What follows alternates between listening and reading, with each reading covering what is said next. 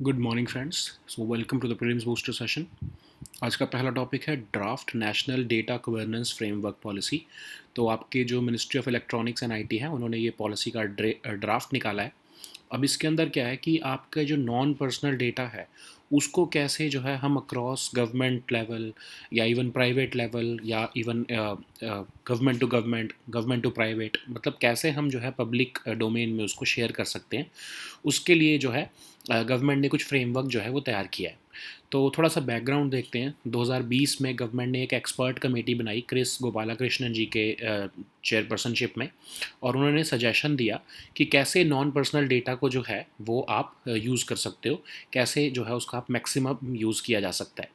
तो उन्होंने कहा कमेटी ने कि आप नॉन पर्सनल डेटा को रेगुलेट करो, डेटा शेयरिंग फ्रेमवर्क ऐसा बनाओ जिसमें इकोनॉमिक सोशल पब्लिक वैल्यू जो है वो डेटा की आप टैप कर सको।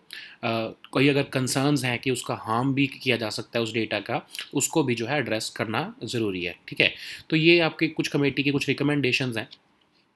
तो उन्होंने बताया है कि आपको एक draft India accessibility and use policy बनानी चाहिए। ऑफ कोर्स गवर्नमेंट उसको लेकर आई थी, लेकिन उसको बाद में गवर्नमेंट ने जो है स्क्रैप कर दिया। हमने इसका डिस्कस भी किया था ना फरवरी में, कि गवर्नमेंट अपना डेटा जो है लोगों का data rather non personal data, उसको जो है पब्लिक डोमेन में जो है वो लेके आना चाहती ताकि स्टार्टअप्स या इवन इंडस्ट्री उसका यूज़ कर सके और जो है मैक्सिमम इकोनॉमी में वो जो है कंट्रीब्यूशन दे सके डेटा। ठीक है, लेकिन उसका बहुत क्रिटिसिज्म हुआ तो गवर्नमेंट ने उसको स्क्रैप कर दिया। तो अब 2022 में आई एम सॉरी मई 2022 में अब जो है गवर्नमेंट जो है draft national data governance framework policy लेकर आई है। ठीक है, तो इसके अंदर भी सिमिलर से प्रोविजंस हैं, बट थोड़ी सी जो है इसमें जो है सेफ्टी प्रोविजन ज़्यादा दिए गए हैं। तो गवर्नमेंट जो है अपना डेटा कलेक्शन को और मैनेजमेंट और डेटा मैनेजमेंट के प्रोसेस को ट्रांसफ़र और मॉडर्नाइज करना चाहती है, ताकि एआई और डेटा लेड रिसर्च करके स्टार्टअप इकोसिस्टम को बढ़ावा दिया जा सके।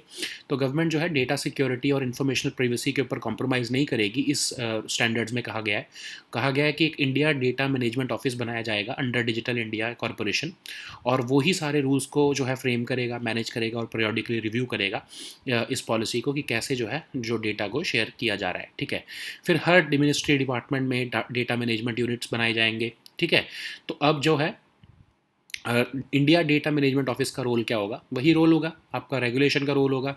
सारी मिनिस्ट्रीज डिपार्टमेंट अपने को बताएंगा आईडीएमओ कि कौन सा डेटा जो है वो आप पब्लिक डोमेन में निकाल सकते हो, उसको कैसे स्टोर करोगे, कैसे रिटेन करोगे, ताकि डेटा की जो है प्रिवेसी वायलेट ना हो और उसकी सैंक्टिटी भी जो है वो ख़राब ना हो। ठीक है, तो एक इंटर गवर्नमेंट डेटा एक्सेस देने के लिए भी जो है वो आईडीएमओ ही एक स्टैंडर्ड मैकेनिज्म बना कर देगा कि गवर्नमेंट के इंटर गवर्नमेंट कैसे, मतलब government of India to state government या state government to government of India या फिर इवन लोकल गवर्नमेंट में भी डेटा कैसे जो है वो शेयर किया जा सकता है।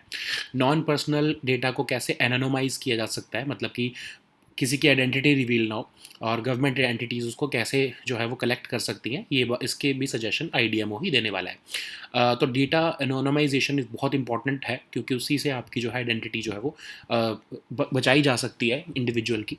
तो उसके लिए जो है सारे फ्रेमवर्क्स या उसके स्टैंडर्ड्स जो है आईडीएमओ ही बनाने वाला है। तो आईडीएमओ ही जो है एक ग्रीवेंस मैकेनिज्म भी देगा कि अगर किसी के प्रिवेसी वायलेट हुई है डेटा कलेक्शन के टाइम पर या इवन डेटा मैनेजमेंट के टाइम पर, तो आईडीएमओ ही जो है एक मैकेनिज्म बना के देगा सिटीजन्स को, ताकि वो कंप्लेन कर सके इस ब्रीच ऑफ प्रिवेसी के अगेंस्ट। ठीक है, तो इसके लिए आईडीएमओ जो है वो कोई यूज़र फीस भी चार्ज कर सकता है। समझ लो कि प्राइवेट सेक्टर जो है वो उस डेटा को टैप करना चाहता है, और जो है उसके लिए जो है उनको ऑफ कोर्स, क्योंकि वो फ्री में तो गवर्नमेंट देगी नहीं उनको डेटा, तो उसके लिए यूज़र चार्जेस या फीस जो है मेंटेनेंस सर्विसेज आईडीएमओ ही डिसाइड करने वाला है। सो नेक्स्ट टॉपिक हम देखते हैं micro and small enterprises cluster development programme. तो गवर्नमेंट जो है उन्होंने न्यू गाइडलाइंस निकाली हैं इस प्रोग्राम के लिए। अब ये 15th फाइनेंस कमीशन की साइकिल के टाइम पर ये गाइडलाइंस इंप्लीमेंट होंगी। ऑब्जेक्टिव ये है कि कैसे हम कॉमन फैसिलिटी सेंटर्स और इंफ्रास्ट्रक्चर डेवलपमेंट करके अपने एमएसएमईज़ जो हैं उनको हम उनकी कंपेटिटिवनेस और प्रोडक्टिविटी को एनहांस कर सकते हैं। तो कॉमन फैसिलिटी सेंटर्स क्या होते हैं, जैसे समझ लो कि एक जगह उन्होंने गवर्नमेंट ने बहुत सारा इंफ्रास्ट्रक्चर बना के दे दिया, तो जितने भी आपके एमएसएमईज़ हैं उन इंफ्रास्ट्रक्चर का यूज़ करते हुए अपना काम चला सकती हैं। लेकिन क्या होता है इंफ्रास्ट्रक्चर डेवलपमेंट, मतलब कि एक स्पेसिफाइड एरियाज़ भी बना दिए जहाँ पर इंफ्रास्ट्रक्चर को डेवलप कर दिया, और फिर वहाँ पर जो है ये आपके एमएसएमईज जो है फंक्शन कर सकते हैं। तो कॉमन फैसिलिटी सेंटर आप एक तरह से सोच सकते हो coworking space, kind of coworking space for MSMEs. और जो है इंफ्रास्ट्रक्चर डेवलपमेंट मतलब एक समझ लो जैसे आईटी पार्क या होता है आईटी सेक्टर के लिए, तो वैसे ही जो है एक डेडिकेटेड स्पेस बनाई जा सकती है। तो उसके लिए भी इंफ्रास्ट्रक्चर कैसे डेवलप करना है उसके लिए भी ग्रांट्स जो है गवर्नमेंट देने वाली है, ठीक है। तो कॉमन फैसिलिटी सेंटर्स जो हैं उसके लिए 70% से कॉस्ट से लेकर जो है कॉस्ट तक, या फिर 5 करोड़ से 10 करोड़ रुपए तक की जो है बेनिफिट्स गवर्नमेंट देने वाली है। 60% of the project cost 10 crore से लेकर 30 करोड़ रुपीज़ तक की जो है बेनिफिट्स जो है गवर्नमेंट देने वाली है, ठीक है। लेकिन नॉर्थ ईस्ट और हिल स्टेट्स के लिए गवर्नमेंट ने डिसाइड किया है कि 80 से 70% ऑफ द प्रोजेक्ट कॉस्ट जो है गवर्नमेंट उसका खर्चा उठाएगी। अगर इंफ्रास्ट्रक्चर डेवलपमेंट की बात कहें तो उसमें 60% of the cost of project, और या फिर 5 करोड़ से 15 करोड़ रुपए न्यू इंडस्ट्रियल एस्टेट बनाने के लिए, और अगर कोई एग्जिस्टिंग है इंडस्ट्रियल एस्टेट पहले ही बना हुआ है उसको अपग्रेड करना है तो उसके लिए 50% ऑफ द कॉस्ट या फिर 5 करोड़ से 10 करोड़ रुपए तक गवर्नमेंट जो है वो ऑलरेडी एग्जिस्टिंग स्टेट की इंडस्ट्रियल एस्टेट को अपग्रेड करने के लिए दे सकती है, ठीक है। सो नेक्स्ट हमारा टॉपिक है prime minister special scholarship scheme. तो यूनियन गवर्नमेंट ने डिसाइड किया है कि जो स्पेशल स्कॉलरशिप स्कीम है प्राइम मिनिस्टर के नाम पर, जो 2011 में लॉन्च की गई थी, उसको जम्मू एंड कश्मीर में अगले 5 साल के लिए और एक्सटेंड कर दिया गया है। अब इसके अंदर क्या है, 2011 में इस स्कीम को लाया गया था। 5,000 मेरिटोरियस स्टूडेंट्स हर साल सिलेक्ट किए जाते हैं जो कि प्राइवेट और गवर्नमेंट एजुकेशन इंस्टीट्यूशंस में पढ़ रहे हैं अक्रॉस द कंट्री, उनको जो है हेल्प किया जाता है। तो एम्प्लॉयमेंट अपॉर्चुनिटीज़ ताकि JNK एंड लद्दाख के जो है यूथ को मिल सके, तो इसलिए 180 करोड़ या इससे लेकर 190 करोड़ तक का इसका एनुअल बजट रखा गया है। इसको कौन इम्प्लीमेंट करेगा? All India council for technical education, ठीक है। 4500 स्ट्रीट्स जो है वो जनरल एजुकेशन कोर्सेज के लिए जो है वो ईयर मार्क की गई हैं। तो उसके लिए जैसे 1.3 लाख से लेके 1 लाख जो है बेसिकली जो भी आपकी स्कॉलरशिप अमाउंट है वो ईयर मार्क की गई है। सो नेक्स्ट हमारा टॉपिक है अर्बन सस्टेनेबिलिटी असेसमेंट फ्रेमवर्क। तो अभी जो है जयपुर की जो है असेसमेंट करते हुए UN हैबिटेट ने बताया है कि बहुत सारी मल्टी हैज़र्ड वल्नरेबिलिटीज़ हैं जयपुर में, वीक अर्बन मोबिलिटी है, और इवन ग्रीन ब्लू डिस्कनेक्ट भी है। मतलब ना ही ग्रीनरी का कवर अच्छा है, ना ही वाटर लेवल जो है, मतलब जहाँ पर ना वहाँ पर लेक्स हैं ना कुछ इस लेवल का, ग्रीन का ब्लू भी जो है वो भी डिस्कनेक्ट वहाँ पर देखा गया। तो अब ये प्रोजेक्ट क्या है, क्यों क्यों UN हैबिटेट जो है इसके असेसमेंट कर रहा है? तो एक्चुअली इस प्रोजेक्ट को सस्टेनेबल सिटीज़ बनाने के लिए जो है ये प्रोजेक्ट है, और UN हैबिटेट ने जयपुर डेवलपमेंट अथॉरिटी और जयपुर ग्रेटर म्यूनिसिपल कॉरपोरेशन के साथ जो है कोलैबोरेट किया है, और एक तरह से असेसमेंट करके दिया उनको कि क्या क्या खामियाँ हैं, क्यों आप जो है जयपुर सस्टेनेबल सिटी नहीं है, ठीक है। तो एक तरह से 5 में से सिर्फ 3 रैंक मिला है अर्बन सस्टेनेबिलिटी असेसमेंट फ्रेमवर्क में जयपुर को। और इस फैसिलिटी के तहत जो सजेशंस दिए जाएंगे उसको अगर जयपुर जो है वो इम्प्लीमेंट करना चाहता है तो उनको ग्लोबल एनवायरनमेंट फैसिलिटी के थ्रू फंडिंग मिल सकती है, ठीक है। तो रिकमेंडेशंस ये दिए गए हैं कि पहले तो आप अपनी सिटी का ग्रीन कवर बढ़ाओ, अर्बन बायोडाइवर्सिटी को स्ट्रेंथन करो, quality of life of citizens जो है उसको इम्प्रूव करो। तो आप रीडेवलपमेंट और रीडेंसिफिकेशन जो है अर्बन एरियाज़ के, उनके ऊपर फोकस करो। ये कुछ रिकमेंडेशंस जो है इस फ्रेमवर्क ने दिए हैं, ठीक है। तो UN हैबिटेट का ये फ्रेमवर्क है ऑफ कोर्स, और तो हम UN हैबिटेट के बारे में भी देख लेते हैं। 1978 में इसको एस्टैब्लिश किया गया था। फर्स्ट UN कॉन्फ्रेंस हुई थी on human settlements and sustainable urban development, habitat 1 जिसको हम कहते हैं। वैनकोवर में ये जो हुई थी पहली कॉन्फ्रेंस 1976 में। उसके बाद UN हैबिटेट का हेडक्वार्टर जो है वो नायरोबी केन्या में बनाया गया, ठीक है। तो ये यूनाइटेड नेशंस डेवलपमेंट ग्रुप का ही पार्ट है। हैबिटेट एजेंडा इन्होंने अडॉप्ट किया था टर्की में, इस्तांबुल में 1996 में, और कहा कि हमारा गोल ये है हैबिटेट एजेंडा का कि सबके लिए एडिक्वेट शेल्टर हो और सस्टेनेबल ह्यूमन सेटलमेंट जो है अर्बन वर्ल्ड में जो है वो ठीक से इंश्योर करना इनका ऑब्जेक्टिव है, ठीक है। सो नेक्स्ट हमारा टॉपिक है कोल शॉर्टेजेस। तो इंडिया में कहा जा रहा है कि जो सितंबर वाला टाइम पीरियड होगा तब दोबारा से कोल शॉर्टेज की सिचुएशन आ सकती है। तो इसीलिए गवर्नमेंट ने पहले से ही कोल इंडिया को बोला है कि आप कोल जो है इंपोर्ट करने के लिए प्लान कर लो। तो 2015 के बाद हम जो है मतलब लगा लो 7 साल के बाद हमको कोल इंपोर्ट करने की ज़रूरत पड़ रही है।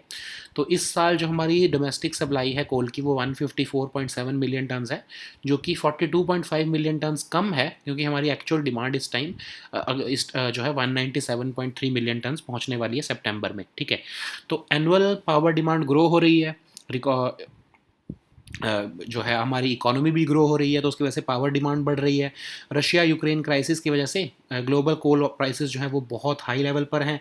तो हमने पिछले कुछ टाइम से इसलिए इंपोर्ट जो है वो रोका हुआ है, क्योंकि हमारी जो स्टेट पावर डिस्कॉम्स हैं उनके पास उतना पैसा ही नहीं है, वो हाईली इंडेप्टेड हैं, इतने ज़्यादा वो डेट में है, तो वो इंपोर्ट के लिए उनके पास पैसा ही नहीं बचता है। तो क्या होता है कि वो अपने कोल की जो इन्वेंट्रीज जो है वो बना नहीं पाती हैं। तो इसीलिए बहुत सारी स्टेट्स जो हैं वो अभी तक कॉन्ट्रैक्ट ही नहीं दे पाई हैं कि वो इंपोर्ट करना चाहते हैं कोल को या नहीं करना चाहते हैं, ठीक है। तो उनके ऊपर प्रेशर भी है कि लोगों की पावर डिमांड को भी पूरा करना है, लेकिन उनके पास पैसा ही नहीं है इंपोर्ट करने के लिए, ठीक है। तो अब ये अगर होगा, अगर कोल इंडिया को इंपोर्ट करना पड़ा ऑफ कोर्स, तो ये पहली बार जो है रादर फर्स्ट टाइम होगा ये 2015 के बाद, जब कोल इंडिया को इंपोर्ट करना पड़ेगा, ठीक है। कोल के बारे में थोड़ा सा देख लेते हैं। तो ये आपका एंथ्रासाइट कोल जो होता है वो सबसे बेस्ट क्वालिटी कोल होता है, जो आपके स्मॉल क्वांटिटीज़ में मिलता है सिर्फ हमारे जम्मू कश्मीर में। फिर उससे सेकंड होता है बिटुमिनस, जो आपके झारखंड, वेस्ट बंगाल, उड़ीसा, छत्तीसगढ़, मध्य प्रदेश में मिलता है।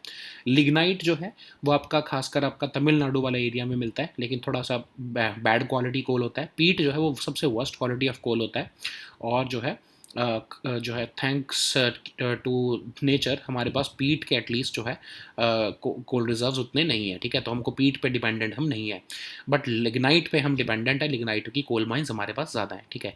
सो अब जो है डिस्ट्रीब्यूशन ऑफ कोल इंडिया में कैसी है, तो आपको पता है झारखंड में सबसे ज़्यादा कोल है। 83.15 बिलियन ऑफ रिजर्व जो कोल के हैं वो सिर्फ झारखंड में ही है।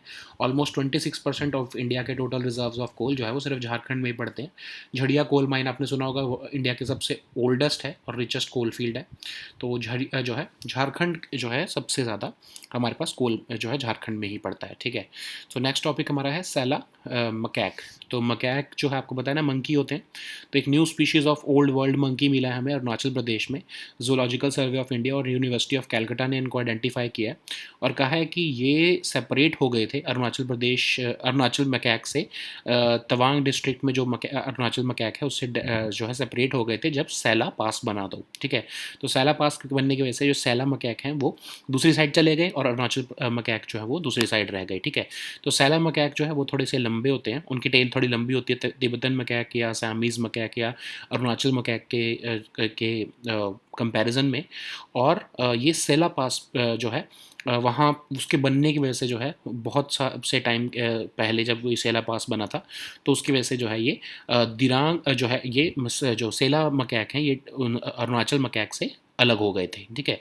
सो आपको पता ही है सेला पास हमने भी कुछ दिन पहले डिस्कस भी किया था, सेला टनल भी बन रही है वहाँ पर। तो अरुणाचल प्रदेश जो है वहाँ पर जो दिरांग और तवांग टाउन्स के बीच में ये सेला पास बना है, ठीक है। सो नेक्स्ट टॉपिक हमारा है सिरकॉन। सिरकॉन जो है एक हाइपरसोनिक क्रूज मिसाइल है, जिसको रशिया ने बैरेंट सी से टेस्ट किया है। मैक 9 तक की इसकी स्पीड है, और ये 1000 किलोमीटर तक जो है वो टारगेट को डिस्ट्रॉय कर सकती है। नेक्स्ट हमारा टॉपिक है इंटरनेशनल बुकर प्राइज़। तो टॉम्ब ऑफ सैंड जो है उसको international Booker prize for translated fiction मिला है। तो इसको ऑफ कोर्स गीतांजलि श्री और ने लिखा है, और इसको ट्रांसलेट किसने किया, डेजी रॉकवेल ने, ठीक है। तो अब इंटरनेशनल बुकर प्राइज़ जो है वो डिफरेंट होता है बुकर प्राइज़ से, ये आपको याद रहना चाहिए, बहुत इंपॉर्टेंट फैक्ट है ये। तो ये टॉम्ब ऑफ सैंड फर्स्ट वो बुक बनेगी जो कि किसी इंडियन लैंग्वेज से ट्रांसलेट होकर जो है ब्रिटेन में या फिर ऑफ कोर्स आयरलैंड में, मतलब इंग्लिश लैंग्वेज में ट्रांसलेट हुई है, उसको पहली बार ये इंटरनेशनल बुकर प्राइज़ मिल रहा है, ठीक है। तो इंटरनेशनल बुकर प्राइज़ जैसे मैं आपको कह रहा हूँ, जो आपका बुकर प्राइज़ जो बहुत फेमस है उससे डिफरेंट है ये, और इसको हर साल दिया जाता है किसी भी ऐसी बुक को जो कि ट्रांसलेट होकर इंग्लिश में जो है पब्लिश होती है, या तो ब्रिटेन में या फिर आयरलैंड में। तो याद रखो 2005 से दिया जा रहा है ये इंटरनेशनल बुकर प्राइज़, लेकिन ये आपके जो ओरिजिनल बुकर प्राइज़ जो बहुत ही फेमस है उससे ये डिफरेंट है, ठीक है। So now let us see all these topics in English.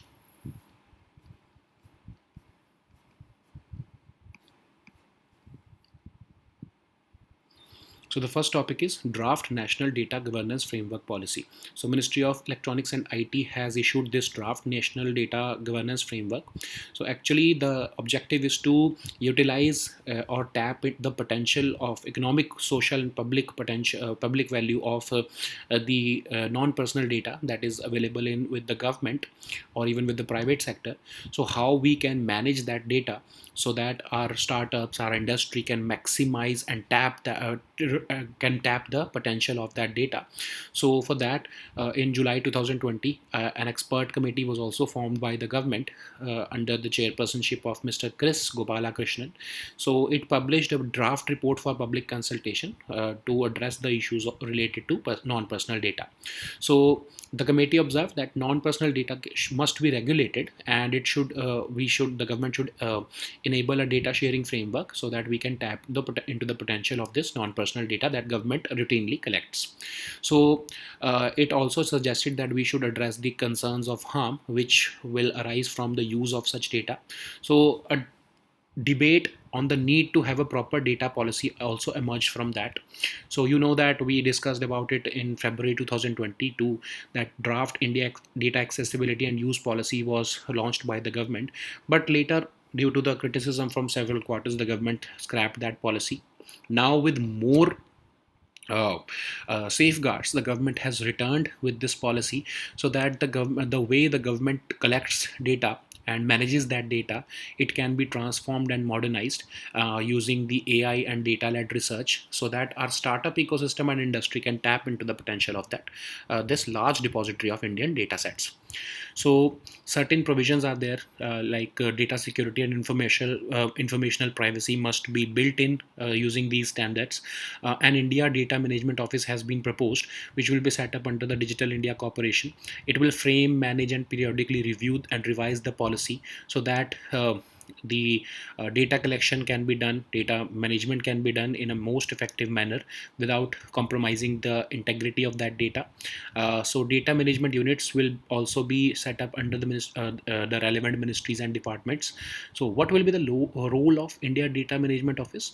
Of course, it will help the ministries and departments to define what kind of data is non-personal data, how that data must be stored, and how it can be retained or managed. It will also set up the mechanism or give out the standards as to how intergovernment data access can be ensured from government to government, or between the, let's say, from central government to state government, or vice versa, or even with the local government, because all form levels of government collect data, and it is a huge stockpile of data which is otherwise lying vacant. Okay, so it will also help the government entities as how they can anonymize these data sets so that the individual privacy cannot be violated. Okay, so it will also provide a grievance redressal mechanism for individual citizens, so in case their data is privacy is violated. Uh, for the startups or the industry, if they want to tap into the potential of this data, they will be levied charges or user fees, or even maintenance fees will be charged by the government from these institutions, these commercial institutions. For that also, IDMO will decide the fee. Okay, so the next topic is Micro and Small Enterprises Cluster Development Program. So this topic is important for your economy section. The previous topic was important for your governance section, and now this union government has approved new guidelines for the Micro and Small Enterprises Cluster Development Program. It will be implemented during the 15th Finance Commission cycle. So the aim of this uh, program, of course, is to enhance the competitiveness and productivity of our MSMEs. We will be providing them common facility centers where they can work collectively, and even infrastructure development will be done for the industrial estates, so where they can establish their organizations or institutions. Okay, so in case the MSMEs want to tap the common facility centers of the government, or make, let's say, this for your learning purpose only, you can consider this common facility centers are basically areas where, let's say, a plant and machinery is a single plant and machinery is provided, where these MSMEs can access that plant and machinery. Use all kind of MSMEs can access that plant and machinery for in payment of in lieu of certain some forms of payment, like a co-working space. Okay, so this infrastructure development of industrial estate is basically you are having an IT park. Okay, so there will be this infrastructure is developed there, considering in mind the kind of industry that will be established there. So for that, grants by the government will be given. Like for common facility centers, the grants will be restricted to 70% of the cost of project, from 5 crore to 10 crore rupees. It will be different for northeast and hilly states. Grant for infrastructure development in setting up new industrial estate will be 60% of the cost, from 5 crore to 15 crore rupees. Similarly, for upgradation of existing industrial estate, the grant will be different. Okay, so basically infrastructural support and common facility centers will be provided, and for that different amount of grant is available by the government of India. Okay, so the next topic is Prime Minister's Special Scholarship Scheme. So the union government has extended this scholarship scheme for students from Jammu and Kashmir and Ladakh for another 5 years. It was introduced in 2011, and it aims to fund 5,000 meritorious students each year, so that they can study in private and government educational institutions. Now, when this scheme has been extended, it will provide employment opportunities to students from Jammu and Kashmir. The scheme has an annual budget of 180 crore to 190 crore rupees. It will be implemented by the All India Council for Technical Education. So the aim is to have 4,500 seats for general education courses. So a different amount of scholarship is being earmarked, like 1.3 lakh, 1 lakh maintenance fee, and all that. So this scheme has been extended in Jammu and Kashmir and Ladakh.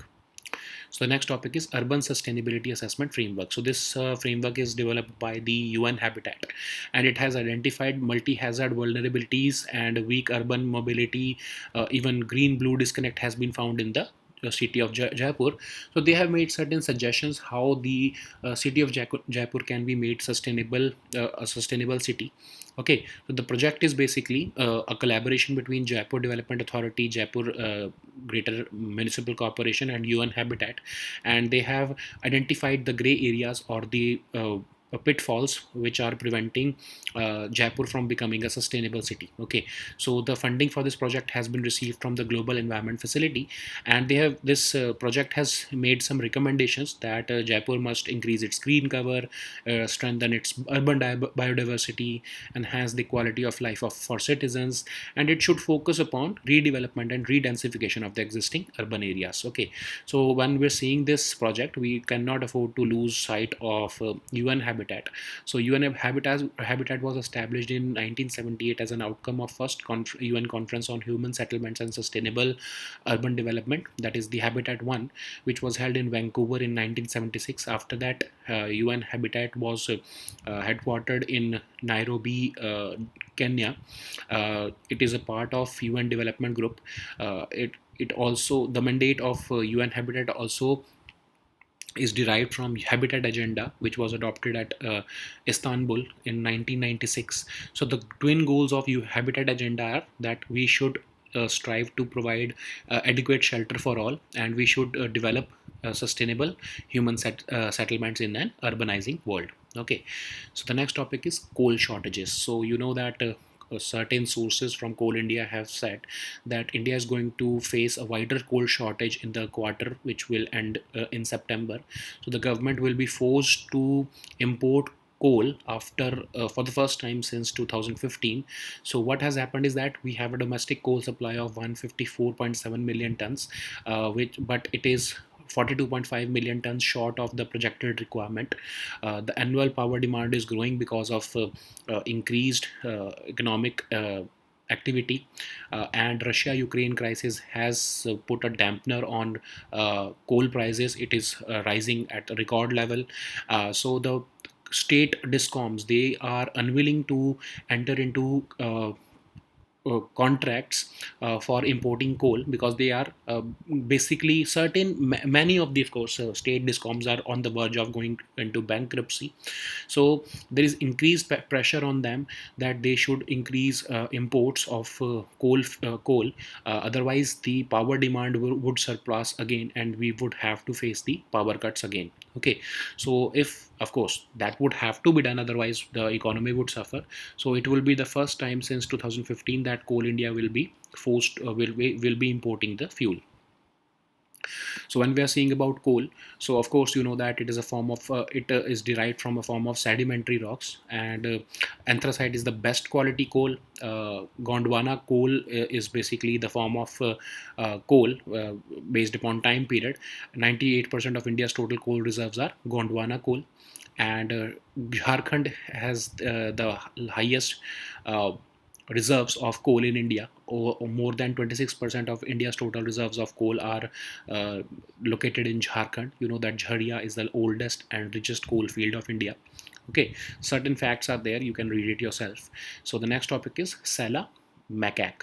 So this is a new species of old world monkey which has been recorded from Arunachal Pradesh. So Zoological Survey of India and University of Calcutta had identified and analyzed this macaque, and it has been observed that this Sela macaque was geographically separated from Arunachal macaque of Tawang district by Sela Pass.